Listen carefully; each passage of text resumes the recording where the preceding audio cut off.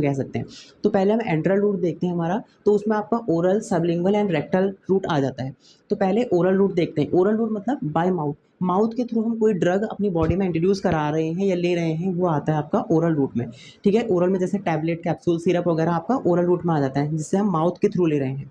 उसके बाद sublingual, sublingual में आपका जो ड्रग आती है वो हम टंग के नीचे उसको रखते हैं और वहीं से वो हमारी ड्रग ब्लड में अब्जॉर्ब होती है, तो वो हमारी बीनीथ ऑफ टंग में से कह सकते हैं। ये भी हमारा जिसमें सॉरी एंट्रल रूट में ये हमारा आ जाता है, और सबलिंगुअल इसको हम कहते हैं, सबलिंगुअल की कैटेगरी में रखा है, और टंग के नीचे हम उस मेडिसिन को रख रहे हैं, तब जाके वो ब्लड में अब्जॉर्ब हो रहा है। ठीक है, उसके बाद आता है रेक्टल, बाई रेक्टम के थ्रू हम ड्रग को इंट्रोड्यूस कराते हैं बॉडी में। फिर आता है पेरेंटल रूट। पेरेंटल रूट में आपका टू टाइप्स में डिवाइडेड होता है, इंजेक्टेबल और नॉन इंजेक्टेबल। ठीक है, इंजेक्टेबल और नॉन इंजेक्टेबल में ये डिवाइडेड है। इंजेक्टेबल में आपका आईवी आ जाता है, इंट्रावेनस, आईएम आ जाता है, इंट्रामस्कुलर, एससी आते हैं सबक्यूटेनियस जो बीनीथ ऑफ स्किन में लगाया जाता है, और इंट्रा आर्टेरियल आ जाता है फॉर कैंसर, जो कैंसर वगैरह लिए यूज़ होता है। अब इंट्रावेनस जो हमारे इंजेक्शन है वो वेन में दिया जाता है, इंट्रामस्कुलर आपका मसल्स में दिया जाता है, और एससी सबक्यूटेनियस बताया मैंने आपको, जैसे स्किन के नीचे दिया जाता है, और इंट्रा आर्टेरियल डायरेक्ट आर्टरी में दिया जाता है, कैंसर वगैरह के लिए यूज़ होता है।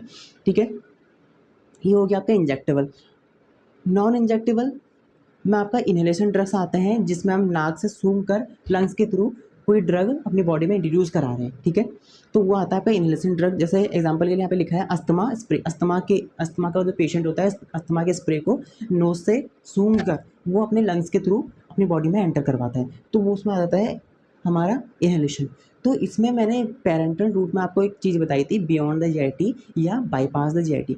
अब देखो इसमें जीआईटी का कोई काम ही नहीं है, क्योंकि इंजेक्टेबल जब हम कोई इंजेक्शन दे रहे हैं पेशेंट को, वो डायरेक्ट ब्लड में जा रहा है, और ब्लड में जाने के बाद पूरी बॉडी में डिस्ट्रीब्यूट हो रहा है, क्योंकि जब हम कोई इंजेक्शन देते हैं तो वो अब्जॉर्ब नहीं होता है, वो डायरेक्ट ब्लड में जाता है, और ब्लड में जाने के बाद सीधे डिस्ट्रीब्यूट होता है, और इसीलिए इंजेक्शन की जो बायो अवेलेबिलिटी होती है वो 100% होती है।